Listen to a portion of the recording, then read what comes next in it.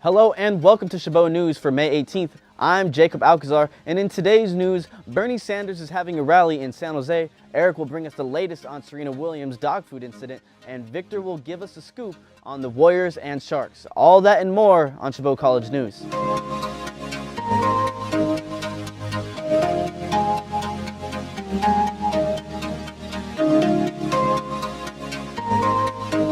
A Florida man emerged from a 42-day-long coma with a serious craving for Taco Bell. A friend shared the story of Jake Booth, a 35-year-old retired Army veteran and former Collier County Sheriff's deputy, to Reddit after he made the very specific request for the fast service Mexican food. My friend Jake woke from a 42-day coma a few weeks ago, they wrote. Relearning his speech, he made it very clear since he woke up that he wants Taco Bell, but has been unable to eat yet. Taco Bell eventually got word of Booth's story and sent him a set of apparel as well as a bag of food. Hey Taco Bell, my brother loves his new gear. Thank you so much. A post on the Facebook page, Wake Up Jake, read, I think he's going to get a run for the border in the next day or so. The handwritten card made me tear up. Booth was finally able to enjoy his Taco Bell feast about a week after having his first meal. A Taco Bell rep said that it would be a serious form of trepidation if Jake didn't get his Taco Bell. On May 16th, Booth's family shared an update that he was scheduled to return home in about 20 days. A San Francisco police officer suffered chemical burns over the weekend after a 48-year-old woman poured bleach on him from the 6th-story window of a Tenderloin building, police said. Kim Tufa Tran was arrested on suspicion of assault with a caustic chemical and battery on a police officer, said A.B. Esperanza, a police spokesman. Police were also investigating a complaint that Tran's dog had bitten a person. When Tran got into an argument with someone over the dog's bite, officers went to the area around 11 p.m. Saturday to investigate the fight, police said. The injured officer was standing on the sidewalk of the building 100 block of Hyde Street, speaking with the person who was bitten when Tran dumped bleach on him, Esperanza said. The officer was taken to the hospital and treated for non-life-threatening chemical burns. He was released from the hospital and has since returned to work, Esperanza said. A Virginia congressional candidate learned the hard way that people should always check their browser tabs when taking a screenshot. Last Monday, Republican Mike Webb posted a screen grab on Facebook that showed his earlier adult-rated browser searches. After the porn mishap went viral, Webb immediately deleted the post and tried to fix his image. He then posted another screenshot that had a caption saying, "Thanks for the tab, check, Ranger buddies." So if you're a politician, make sure you double check everything before posting. Now with the live report from the Chabot campus, here's Liliana. Thanks, Jacob. Chabot College had ducklings stuck under a storm drain, according to Professor Sean McFarland. A mother duck was walking along in the gutter on the service road behind Chabot with her 8 ducklings following. Somehow, every last one of them slipped through the cracks in the storm drain grating. They fell about 5 feet down to the bottom. Needless to say, the mama duck was freaking out. The grating proved to be impossible to budge, that is, until Chabot security officers arrived. Well, that's all we have around Chabot College. Back to you, Jacob. Thanks, Liliana. After making a brief stop at the Oakland campaign headquarters last week, Democratic candidate Bernie Sanders is set to have a rally at 1 p.m. today. He's expected to draw thousands of supporters at Santa Clara County's fairgrounds in San Jose. This will be the Vermont senator's first major stop in the Bay Area before his showdown with Hillary Clinton at the Democratic primary on June 7th. Even though he has little chance of overtaking Clinton, Sanders is still keeping his word of universal health care and free college tuition at public schools for one of the largest states in the union. After addressing supporters in San Jose today, Sanders will head to Vallejo for another rally at Vallejo Waterfront Park at 7:30 tonight. Admission is free to the San Jose rally, but parking costs $10 and must be paid in cash. Moving on to the entertainment update, here's Eric. Thanks, Jacob. Top-ranked tennis player Serena Williams ordered off the room service menu for dogs. When it arrived, it looked good enough to eat. She decided to sample it and later got sick. Williams posted a video on Wednesday on Snapchat showing that the salmon and rice dish she ordered for her Yorkshire Terrier at the hotel room for the Italian Open. She noted that I looked good and told the camera, I ate a spoonful. Don't judge me. Williams said, with the bite tasted weird. A little bit like house cleaner thing. But she ate it anyway. Within 2 hours, she ran into the bathroom and she recovered in time. She recovered in time to beat fellow American Christina McHale in the third round. Lastly, Williams said that the dog menu, I don't think it's consumable for humans. They should have wrote that. On Monday, 5 members of the controversial prank YouTube channel Troll Station have been jailed in connection with a fake robbery and kidnappings that took place in London's National Portrait Gallery in July of 2015. 4 of these men were sentenced to 8 weeks in prison, pleading guilty to the fake robbery, while a 5th member of the group was sentenced to 12 weeks for his actions in the robbery and 24 weeks for a hoax bomb threat. Our aim was never to get away with breaking the law, a member of the group known as Light told the BBC at the time.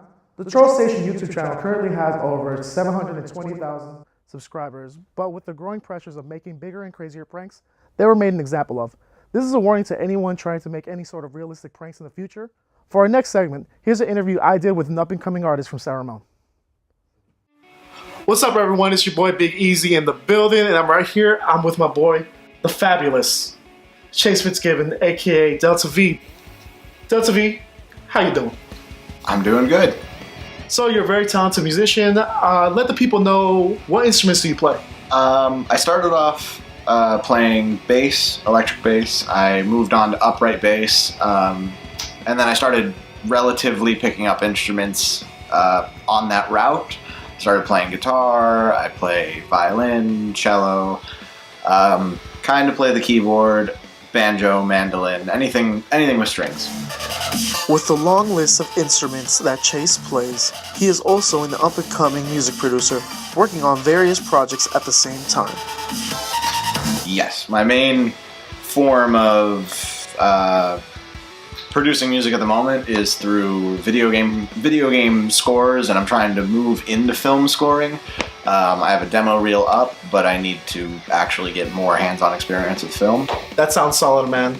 So, how long have you been playing these instruments? I started off playing bass. I had 6 months of bass lessons when I was 11, so 7 years. 7 years? Yeah, and then I just slowly picked up more instruments and taught myself from there. So, out of all these instruments you play, plus the computer producing you do, what by far is your favorite? By far, either sound design or scoring. Chase is well versed in many genres of music, including jazz, hip-hop, and many styles of EDM. Are there any other influences that you've looked up to growing up and playing music that you kind of idolize, or not idolize, but someone who just influences you musically? A lot of progressive metal musicians on the scene influence me a lot. People like Suga, Vajarta, Periphery, Tesseract, any number of those really high level, high production value gent bands. And then obviously I listen to a lot of mathcore and progressive post-hardcore type, just anything that I can take parts from.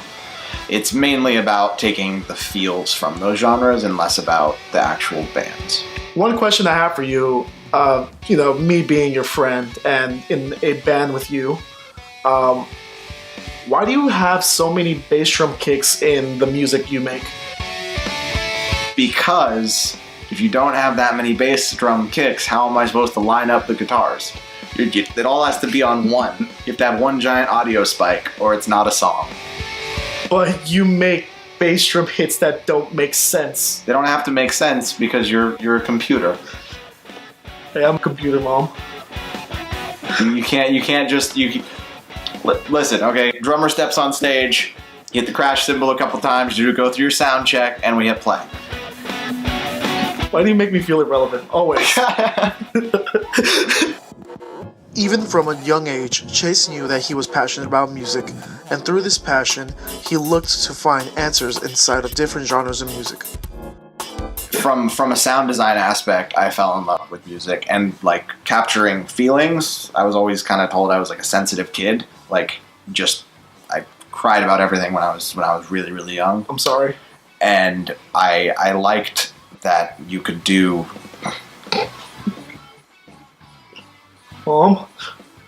I like that you could capture feelings with sounds, not necessarily the lyrics, but the actual key or the actual mode or the actual notes that you were playing. Yeah, I totally understand that. I mean, that's the same reason I got into music in the first place. That, and I was trying to pick up girls like every other guy. Yeah, girls never really liked the bass player though. Like that was never really a thing. It's true. That's why I became a drummer. That's why you goofed. I goofed. Goof. So, other than music that you're very passionate about, is there any other talent, maybe regarding your shins or maybe elbows? My family is a family full of athletes. My mom is a world-class CrossFit competitor, and my dad is a world-class Muay Thai coach, so I was brought up in a very athletic household while I wasn't actually athletic myself. And then I started to get into it about 2 years ago, and I started taking on fights in Muay Thai. I, at one point before that, was also doing powerlifting when I was a lot bigger. But when I'm not doing my music stuff, I'm usually in the gym. My life is from my computer desk to the gym and school. But Well, thank you, Chase. It's been interesting knowing you. You're a great musician. Is there anywhere people can check out your music? SoundCloud under either Chase Fitzgibbons or Delta V, and also my Facebook page under Delta V. I'm fairly sure I'm the only music artist under Delta V. That sounds solid. Thank you for your time, Chase. Hope you guys enjoyed this interview. Goodbye. Wow, what a great report. Well, that's all I have for entertainment today. Back to you, Jacob. Thanks, Biggie. Just last night, the Democratic candidates Bernie Sanders and Hillary Clinton went head-to-head in the two states, Oregon and Kentucky. 54.3% in Oregon for Bernie Sanders with the win against Hillary Clinton, while in Kentucky, Clinton defeats Sanders by just a 0.5 margin. Such a win for Sanders gives him more momentum in the race, causing him to state that he will be here until the very last ballot. And of course, Donald Trump pulls out the win in the Republican race with his opponents not making it past 20% in the polls. Now it's time for the sports report with Victor. Thanks, Jay Alka. The San Jose Sharks come back with vengeance in Game 2 of the NHL's Western Conference Finals with a shutout win of 4-0 in St. Louis against the Blues last night. Tommy Wingels led the attack in the first period, scoring 1 goal, while Brent Burns took over the second and third periods, and he was a goal short of a hat trick with 2 goals. Then Zanias Zubras added the 4th goal in the third period. This ties the series of 1 game apiece, with Game 3 coming back to San Jose at the Shark Tank Thursday, May the 19th at 6 p.m. Pacific Standard Time. The Sharks continue their journey to the Stanley Cup playoffs and hope to finally bring back that trophy back to the Bay Area, something that has never been achieved since the team's creation in 1991. The defending champion Golden State Warriors only lost twice during the regular season this year, against the Boston Celtics and Minnesota Timberwolves. During the playoffs, they have 0 home losses until Monday night, where they hosted the Oklahoma City Thunder for Game 1 of the Western Conference Finals at Oracle Arena in Oakland, which was the Thunder's first appearance since 2012. Oklahoma City won 108-102. The MVP, Steph Curry, led the Dubs in scoring with 26 points and shooting 9 for 22 in field goals. But that was simply not enough to defeat Russell Westbrook's 27 points and 12 assists. The Warriors head coach Steve Kerr said after the game, "I was part of 5 championship teams as a player, and it was never easy. Every team that I was on that I won at least a title lost at least 1 home game during the playoffs. There is a regular, that's the reason we pour champagne at the end of each win." Well, yeah, it's hard, it's a grind, and it's a great reminder of that. The Warriors look to bounce back with a victory tonight in Oakland at 6 p.m. Pacific Standard Time. fight fans rejoice. The rumors going around that the UFC's featherweight champ Conor McGregor and pound for pound and the pound for pound best boxer in the game, Floyd Money Mayweather, possible fight might actually have some legs on it. Floyd has gone on record saying that he indeed wants the fight to happen, and is willing to work out the split when it comes to the money. UFC President Dana White said that though Conor is under contract with the UFC, he's open to negotiate a deal between the two promoters. If this fight does happen, it is likely to be one of the biggest pay-per-view draws of all time. Hopefully, the two sides can come together and make this spectacle happen. Now, with a report on local youth soccer championship game, here's Christian.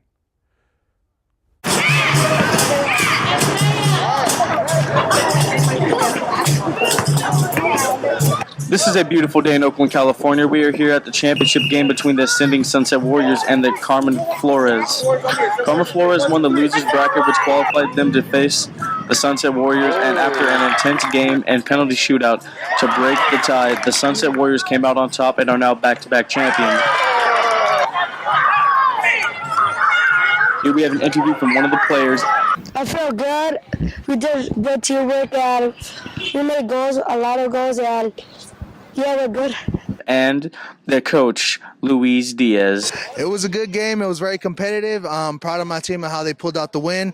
Carmen Flores is a very tough team. They had us there with that 1-1, but I was proud of my boys for being able to step up and be able to, in the face of adversity, just stand up and get the win out. Bravo, bravo. And that wraps up this week's Sports Corner with Victor Moan. Back to you, Jacob. Thanks, Vic. After being called out on social media for blocking a sidewalk, a Florida police chief responded by writing himself a ticket. Groveland Police Department Melvin Tennyson first received a complaint from a colleague for parking in front of a sidewalk near the city hall. He then decided to issue himself a violation worth $45. On a Facebook post regarding this news, the police department replied, in response to a previous social media post about the chief of police parking on the sidewalk, let it be known he was made aware of the violation and he issued himself a parking ticket. Chief Tennyson has since paid for the violation. Tennyson explained that he cannot hold anyone accountable if he doesn't hold himself accountable. That's it for Chabot News this week. Thanks to all the students and staff in the Mass Communications Department here at Chabot College for making this production possible. You can watch us anytime online at youtube.com/ChabotTV. Stay tuned to KCTH 27 on Comcast for more Chabot TV.